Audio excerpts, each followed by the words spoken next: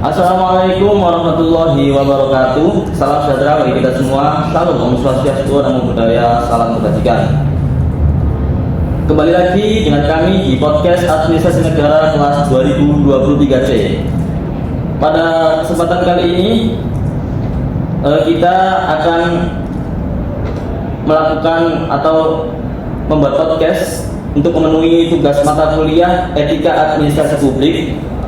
Nah, jadi seru banget kita bisa ngobrol bareng teman-teman di sini, dan juga topik yang kita bawakan itu agak menarik dan apalagi buat kita yang mau tahu lebih banyak tentang soal pengelolaan dana anggaran desa. Nah, pada kesempatan kali ini kita akan membahas tentang suatu kasus pada suatu desa, tepatnya di Provinsi Jawa Barat.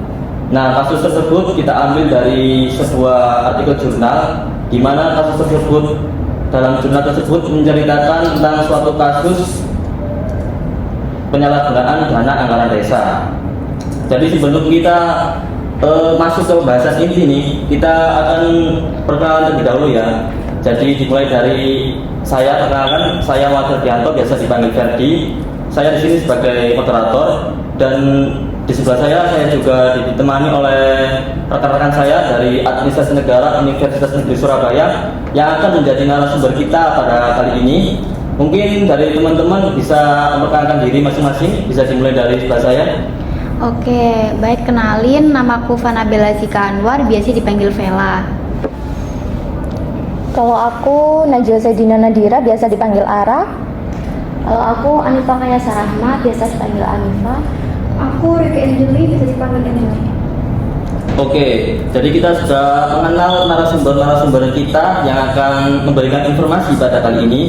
Selanjutnya kita langsung saja ke pembahasan intinya, yaitu pada jurnal tersebut, pada artikel jurnal tersebut kita menemukan sebuah kasus, dan kasusnya itu soal penyalahgunaan dana anggaran desa.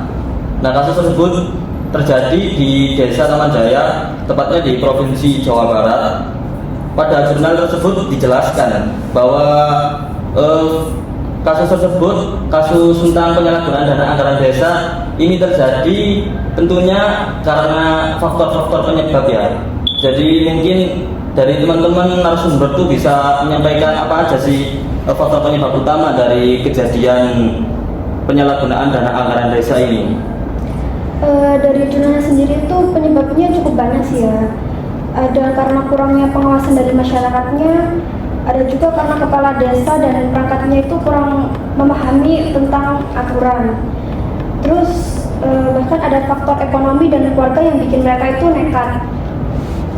Dan moralitas juga bisa jadi penyebab kayak kurang kuatnya iman mereka gitu.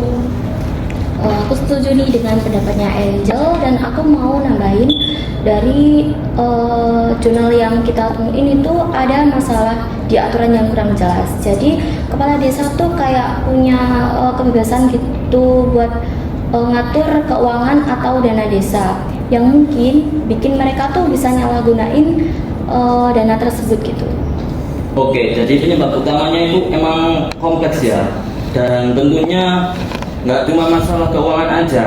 Dari hal kasus yang kita bicarakan pada kali ini, selain faktor penyebab utama, kita juga pasti dari kasus tersebut kita juga pasti akan menduga-duga ya apa aja sih kayak modus atau cara mereka dalam melakukan penyalahgunaan dana anggaran desa ini. Mungkin dari teman-teman bisa menyampaikan pendapat atau argumentasinya bagaimana cara dari mereka atau modus dari mereka untuk melakukan penyalahgunaan dana anggaran desa ini.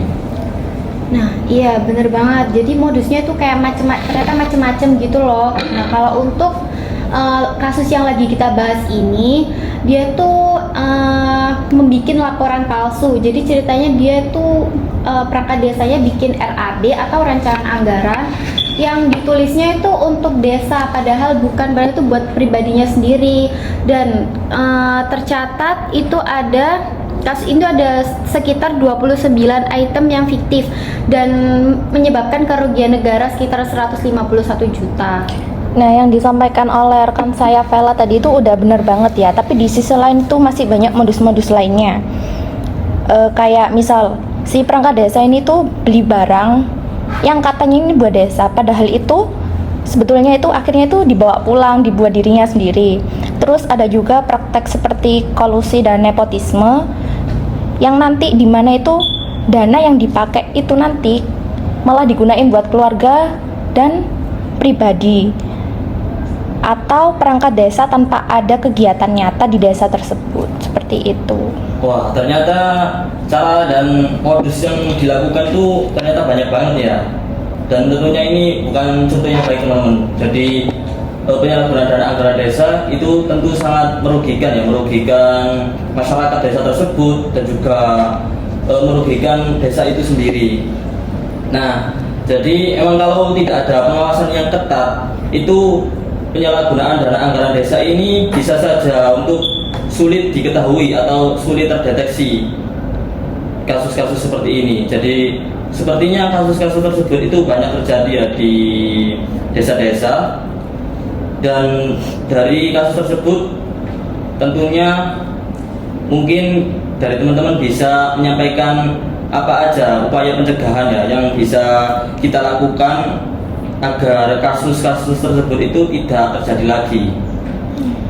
Baik, dari jurnal ini ada dua pendekatan yang bisa dipakai, yaitu ada pendekatan preventif dan redensif.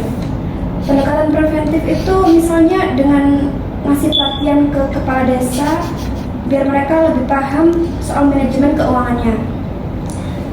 Terus juga masyarakat harus dilibatkan buat ikut ngawasin gitu. Aku mau nambahin nih, jadi pengawasan juga perlu dari pihak luar, kayak dari pemerintah daerah atau lembaga pengawas independen. Jadi itu nggak cuma dari desa itu aja, tetapi juga ada yang ngawasin dari luar gitu. Nah, kalau pendekatan represif sendiri itu mungkin lebih ke penegakan keadilan ya, atau penegakan hukum. Jadi kalau memang ada yang ketahuan nyalahin guna desa, itu harus ditindak tegas biar ada efek jerahnya dan tidak menyebar ke yang lainnya. Oke, jadi setuju banget ya. Jadi memang dua pendekatan ini tuh tentu saling berkesinambungan dan juga harus beriringan, dan jalannya juga harus bareng-bareng bersamaan agar dana desa yang dikelola oleh pemerintah desa itu benar-benar dipakai sesuai dengan kebutuhan dan tujuan dari desa tersebut. Terus kemudian nih kita sebagai masyarakat dan ya tentunya kita sebagai masyarakat desa, jadi menurut teman-teman penting atau tidak kita sebagai masyarakat desa itu turut dalam pengawasan dana desa tersebut? Mungkin bisa menyampaikan pendapatnya dari teman-teman. Harusnya sih penting banget ya, karena di jurnal itu sendiri itu udah dijelasin kalau misal dari masyarakatnya sendiri itu kurang berpartisipasi, maka perangkat desa itu akan lebih mudah ya untuk melakukan pelanggaran-pelanggaran yang mungkin harusnya sih nggak bisa dilakuin kalau misal masyarakat itu ikut berpartisipasi gitu. Jadi kalau misal banyak masyarakat yang ikut berpartisipasi, nanti perangkat-perangkat desa itu kayak akan mikir dua kali untuk ngelakuin pelanggaran-pelanggaran itu gitu. Nah iya benar, musyawarah desa juga bisa jadi cara efektif biar masyarakatnya itu tahu kemana dana itu dipakai dan bisa juga ngawasin transparansinya. Oke, jadi transparansi antara desa sama masyarakat itu memang penting buat mencegah terjadinya penyalahgunaan dana anggaran desa. Yang seperti kita tahu sendiri kan di desa-desa ya, terutama di pemerintah desa itu yang ada di pedesaan, masyarakat itu kan tidak ingin tahu ya, atau bahkan tidak mau tahu tentang dana anggaran desa ini dibuat apa aja, terutama warga-warga masyarakat di desa ya. Tentunya di sana mereka sebagai perangkat desa itu hanya membuat laporan keuangan dan ditulis di kantor desa. Nah, menurut saya ini merupakan sesuatu yang belum terlalu transparansi, karena tidak semua warga desa atau bahkan tidak semua masyarakat itu ingin tahu ya soal kegunaan anggaran dana desa tersebut. Nah, mungkin itu tadi bisa menjadi pilihan, yaitu musyawarah desa itu merupakan pilihan yang tepat ya untuk menjaga transparansi antara masyarakat dan pemerintah desa dalam soal pengelolaan dana anggaran desa itu sendiri, agar tidak terjadi penyalahgunaan dana anggaran desa. Oke, selanjutnya dari teman-teman mungkin ada saran buat pemerintah ataupun masyarakat soal pengelolaan dana anggaran desa ini agar kedepannya itu tidak terjadi lagi kasus penyalahgunaan dana anggaran desa. Kalau menurutku tuh penting buat pemerintah ngasih pelatihan manajemen keuangan kepada kepala desa, dan buat sistem pelaporan yang lebih transparan yang bisa diakses oleh semua masyarakat gitu. Nah, iya benar. Jadi menurutku juga masyarakat harus bisa lebih aktif buat buat ikut dalam pengawasan dana desa.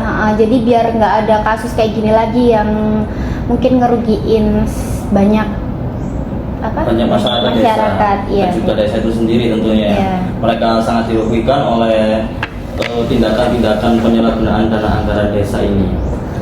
Oke, jadi di sini mungkin aku dapat menyimpulkan ya bahwa tindakan penyalahgunaan dana anggaran desa adalah merupakan sebuah tindakan yang melanggar karakteristik etika administrasi publik itu sendiri. Ya, karena seperti yang kita tahu bahwa salah satu karakteristik dari etika administrasi publik itu kan transparan dan akuntabilitas. Namun dalam kasus penyalahgunaan dana anggaran desa ini tentunya sangat melanggar etika administrasi publik itu sendiri. Ya, kita sebagai masyarakat tentunya harus ikut turut serta dalam pengawasan soal pengelolaan dana anggaran desa itu sendiri. Nah, kedepannya agar kasus-kasus seperti ini tidak akan terjadi lagi, karena ya dapat merugikan pemerintah desa itu sendiri maupun masyarakat desa itu. Ya, mungkin sampai dengan di sini ya pembahasan kita kali ini. Semoga bermanfaat. Dari kami kurang lebihnya mohon maaf apabila ada perbuatan atau ucapan yang kurang berkenan. Kami ucapkan terima kasih. Sampai jumpa. Wassalamualaikum warahmatullahi wabarakatuh.